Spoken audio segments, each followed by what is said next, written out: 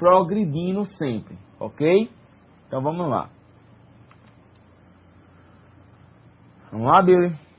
Aí você tem uma tabelinha light das principais pneumoconioses. Aí você tem aqui, ó, tá pequenininho, pneumoconiose, agente etiológico, a reação tecidual e a população exposta a esse agente. Aí eu tenho a silicose, é a mais comum, a mais encontrada no Brasil. É a pneumoconiose que mais atinge os trabalhadores brasileiros, porque a sílica eu encontro na construção civil, na mineração, na fabricação, nas marmoarias, né, na fabricação de vidro, nas pedreiras. Então, em muitos tipos de atividade eu encontro a sílica, certo? Então, a silicose, o agente etiológico sílica livre, reação tecidual, fibrogênica, população exposta, mineração, né, população de mineração, construção civil, operações mistas e jateamento de areia, que é o principal, mas hoje o jateamento de areia está proibido.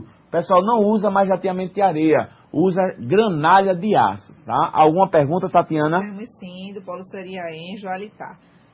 Professor, nos exames realizados nos laboratórios, é fácil de descobrirmos essas doenças? Veja só, Joalitá, é? Joalitá. Joalitá. Veja só, Joalitá, como eu falei, as pneumoconioses, elas começam a se apresentar como doenças normais, corriqueiras, né? Resfriados normais. O trabalhador começa com a tosse, essa tosse começa a persistir. Então, os exames utilizados para diagnóstico das pneumoconioses são os exames corriqueiros, que primeiro se pede um raio-x, aí suspeitando que se seja, né, vai se pedir uma espirometria, depois vai se pedir uma ressonância magnética para se ter certeza da calcificação e das fibroses, certo? Mas não é de fácil diagnóstico, não. O médico tem que ser muito bom e tem que estar muito antenado com essa questão aí de pneumologia, porque é complicado você diagnosticar, principalmente quando ela está no início, tá? Então, geralmente os exames utilizados são em raio-x de tórax, espirometria, a ressonância magnética, né? Dependendo do tipo da dificuldade, você pede até um tipo de ressonância com contraste para que as fibroses sejam destacadas e possa se visualizar as fibroses. Mas os exames utilizados para diagnóstico são esses, geralmente os exames de imagem, certo? E não é tão fácil o diagnóstico das pneumoconioses. Mais alguma pergunta, Tati? Não temos mais nenhuma outra dúvida. Ok. Então vamos lá para a nossa tabela, Billy. Volta lá. Vamos lá, Billy, para a nossa tabelinha. Então vamos lá. Já falei da silicose, a asbestose.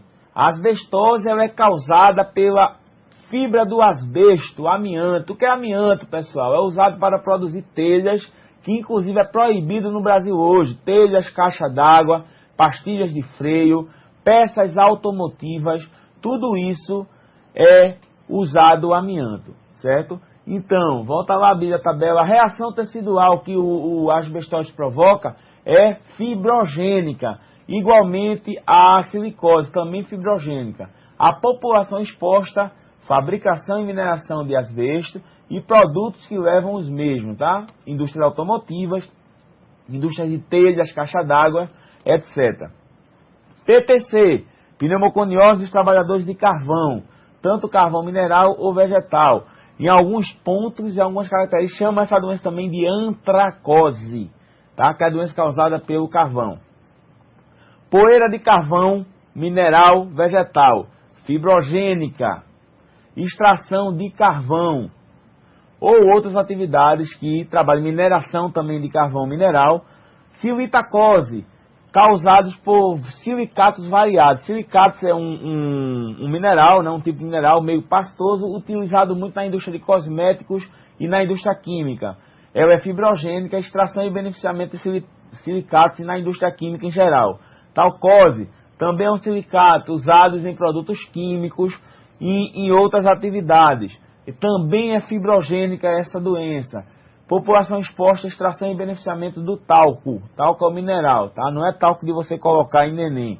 É o talco mineral. Pneumoconiose por poeiras mistas.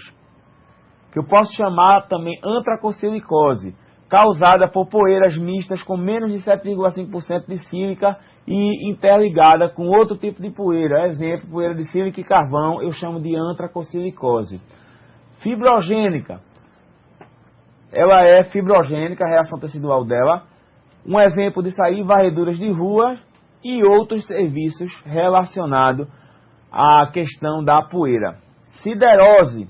Ela é causada pelo óxido de ferro. Quando você entra na oficina, aquele cheirinho de ferro queimado, né, de ferrugem, aquilo ali é o óxido de ferro, aquilo ali faz mal. Ela é não fibrogênica.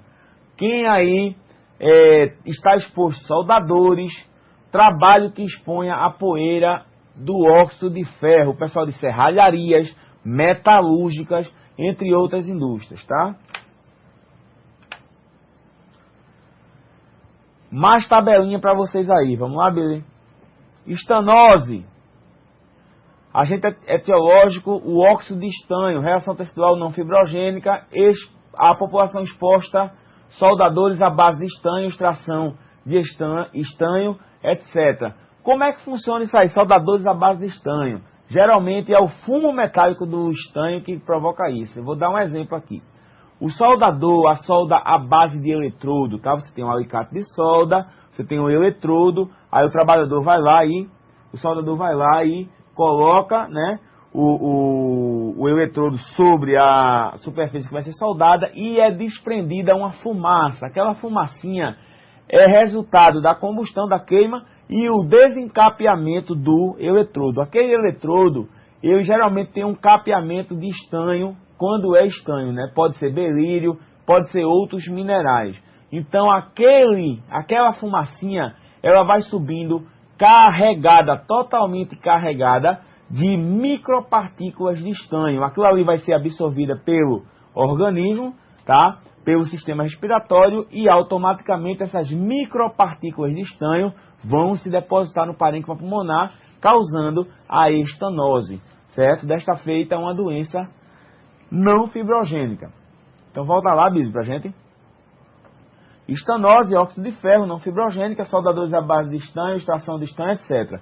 Baritose, agente etiológico, sulfato de bário, reação tecidual não fibrogênica. População exposta, soldadores, extração de barita, etc.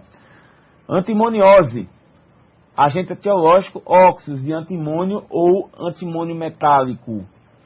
Reação tecidual não fibrogênica, fabricações de lâmpada e extração de antimônio. Pneumoconiose por rocha fosfáltica. Rocha fosfáltica é um dos componentes do piche e do breu, né? Aquela coisa preta que se usa muito para fazer asfalto.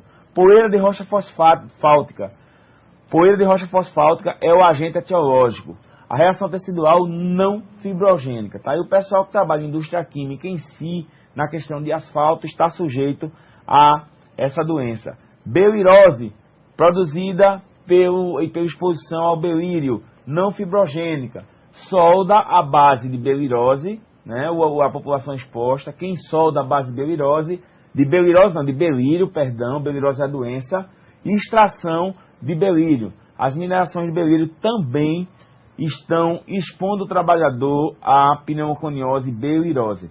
Pneumopatias por metais duros, poeiras de metais duros, né? Alguns metais duros conhecidos aí da tabela periódica também produzem pneumoconioses, tá?